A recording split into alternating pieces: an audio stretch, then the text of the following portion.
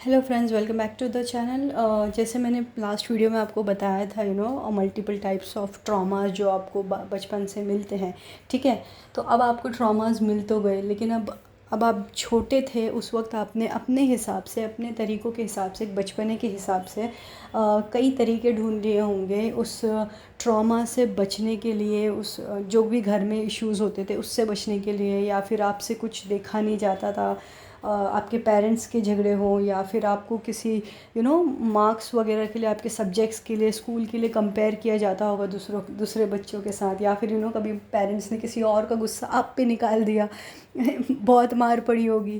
तो इस तरीके से कई ट्रॉमास आपको मिले तो होंगे, लेकिन आपने अपने अपने तरीके ढूंढ लिए होंगे उस वक्त कि जैसे समझ लो आपने अपने आप को फ्रेंड्स के साथ बिज़ी कर लिया, किसी ने अपने आप को क्रिएटिविटी में उलझा लिया, किसी ने अपने आप को एकदम शांत कर लिया, चुप रहने लग गए, डरे डरे रहने लग गए।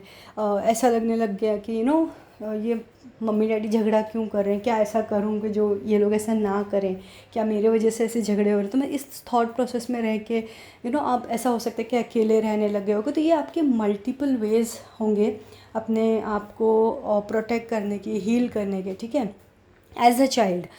ओके, फिर बाद में आप एक पर्टिकुलर एज में गए होगे जहाँ पे आपको एक टीन एज में आप आए होगे, जहाँ पे आपको पहली बार कुछ पहला पहला प्यार टाइप्स हो गया होगा। तो उस वक्त आपको कहीं एक अलग सा एहसास हुआ होगा, फर्स्ट लव काइंड ऑफ।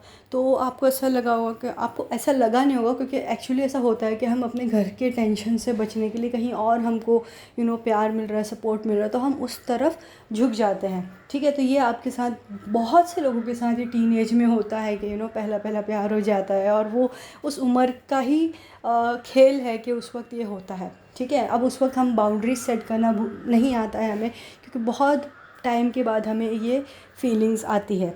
अब आप इस एज में आ गए हो, फिर भी आपके वो ट्रॉमाज अभी भी आपके साथ हैं। इसीलिए आप इस एज में भी, जब आपको ये पता चला कि आप ट्विन फ्लेम हो, आपका डीएम है, डीएफ है, तो आप अभी भी वही सारी चीज़ें कर रहे हो कि मेरा डीएम है या मेरा डीएफ है तो मेरे पास क्यों नहीं है, मैं क्या करूँ जो वो मेरे पास आ जाए।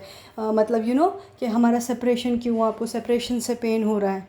तो ये सब वो ट्रॉमास जो आपने कि समहाउ कवर कर लिए थे उन चीज़ों को, या फिर अपनी डे टू डे लाइफ में भूल गए थे उन्हें, तो ये कैरी फॉरवर्ड हुए हैं।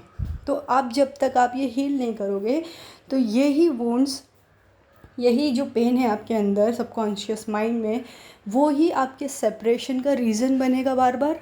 और जब आप इसे पूरा क्लीन कर लोगे, तो यही आपके यूनियन का भी रीज़न बनेगा। और ये दोनों पे अप्लाई होता है, मैस्कुलिन्स पे भी और फेमिनाइन्स पे भी। ठीक है, फेमिनाइन्स पहले अवेकन होती हैं, इसके लिए वो मैक्सिमम अपने ऊपर इस लेवल पे काम करती हैं। ठीक है, तो जो मैं मेथड्स बता रही हूँ वो बहुत इजी हैं और बहुत से लोगों को पता भी होंगे ये मेथड्स। तो मतलब मैं आपको इस तरीके से बताऊंगी कि बहुत हार्ड एंड फास्ट या डर के इन चीज़ों को फॉलो नहीं करना है। इजी तरीके से रिलैक्स होके विथ अ मेंटालिटी कि आपको हील होना है, ना कि ये सोच के कि मैं इनर चाइल्ड हील करूँ या वुंड्स ठीक करूँ तो मेरा यूनियन हो जाएगा।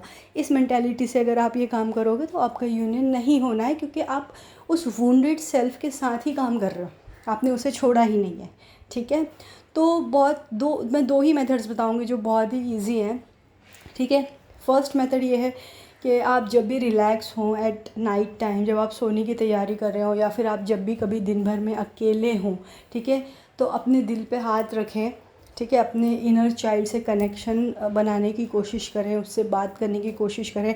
आई एम 100% श्योर बहुत से लोग जब विजुलाइज़ करेंगे अपने आप को एज अ चाइल्ड, वो देखेंगे कि वो बच्चा कहीं ना कहीं डरा सहमा बैठा हुआ है। ठीक है, तो आपको उससे विजुलाइजेशन करना है, आपको इमेजिन करना है कि आप उस बच्चे के पास जा रहे हो, आप उसे बता रहे हो, समझा रहे हो कि आप सेफ़ हो, आप डरो मत, मैं I am here to protect you. मतलब उस बच्चे से इस तरीके से बात करना है जैसे आप एक्चुअली किसी बच्चे से बात कर रहे हो जो डरा सहमा बैठा है।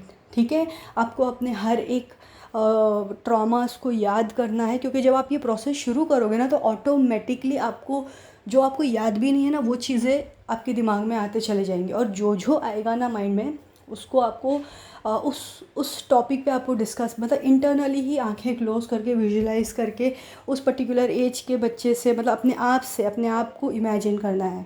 जैसे 3 साल के आप कैसे थे, 7 साल के कैसे आप थे, 5 साल के, जो भी एज, जिस भी एज का आपको ट्रॉमा याद आए उस एज में आप इमेजिन करिए, विजुलाइज़ कीजिए और उस बच्चे से बातें कीजिए और उसको हिम्मत देने की कोशिश कीजिए कि यू आर फाइन। ठीक है, ये एक डायलॉग्स का तरीका होता है जो हीलिंग सेशंस में यूजुअली किया जाता है। ठीक है, सेकंड मेथड ये है कि अगर आपको इस तरीके से मौका नहीं मिल रहा है कि आप अकेले नहीं बैठ पाते हो या अकेले नहीं हो पाते हो, मतलब इस तरीके से अगर आप डायलॉग्स नहीं कर पाओगे तो आप बस लिखते चले जाओ। आपके साथ जो चीज़ें हुई है, जिसने किया है, जैसा भी किया है, वो सब लिखते चले जाओ। लिखो उसे और कहीं ना कहीं उसे कुछ कर दो, फेंक दो, डिस्ट्रॉय कर दो, अपनी नज़र से, अपने दिमाग से दूर कर दो। ठीक है, तो ये बहुत 2 मेजर मेरे पर्सनल फेवरेट मेथड्स हैं। ठीक है, अब मैं यहाँ पे एक चीज़ बोलना चाहूँगी आप लोगों से कि अगर आपने ये वीडियो यहाँ तक देखा है तो आप कहीं ना कहीं डेफिनेटली हील होना चाहते हो। ओके, अगर आप हील होना चाहते हो और आपको कोई डायरेक्शन समझ में नहीं आ रहा है कि एग्जैक्टली इसे कैसे करना चाहिए और क्या मैं कहाँ से शुरुआत करूँ, बहुत स्टक फील कर रहे हो आपको कोई डायरेक्शन नहीं समझ में आ रहा है, तो डेफिनेटली मुझे कनेक्ट करें। मैंने प्लान किया हुआ है कि जिस किसी को भी ये इनर चाइल्ड हीलिंग में हेल्प चाहिए होगी, मैं उस पर्टिकुलर पर्सन को फ्री ऑफ चार्ज, मतलब मैं विदाउट एनी चार्जेस, मैं कोई फ़ीस नहीं ले रही हूँ और मैं आपको हाफ़ एन आवर दूँगी पर पर्सन को। ठीक है, 10 मिनट्स आप अपने चाइल्डहुड ट्रॉमास बताइए, मैं आपको 10 मिनट, अगले 10 मिनट आप उसकी कैटेगराइजेशन बताऊँगी, मेजर वुंड्स क्या हैं आपके वो बताऊँगी, और एक लास्ट 10 मिनट में हम आपके साथ एक हीलिंग सेशन करेंगे जो आपको बताएगा कि एग्जैक्टली कैसे करना है, अपने आप से कैसे बातें करना है। ठीक है, तो अगर आपको इस तरीके की हेल्प चाहिए मुझसे तो मुझे प्लीज़ कनेक्ट करें मुझसे। I am not taking any charges, but हाँ, only genuine people should come to me कि who genuinely wants to get heal. ठीक है, और लास्टली मैं यही कहूँगी कि आप अपनी हीलिंग खुद कर सकते हो। You are master of your journey. ठीक है, यहाँ वहाँ पैसे ज़बरदस्ती खर्चा करने की ज़रूरत है नहीं, अपने ऊपर थोड़ी सी मेहनत करने की ज़रूरत है, डेडिकेशंस की ज़रूरत है। आप वही पैसे कहीं किसी को दान कर दीजिए।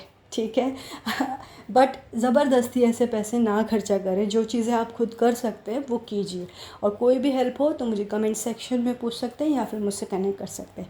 Okay friends, thank you so much, bye bye.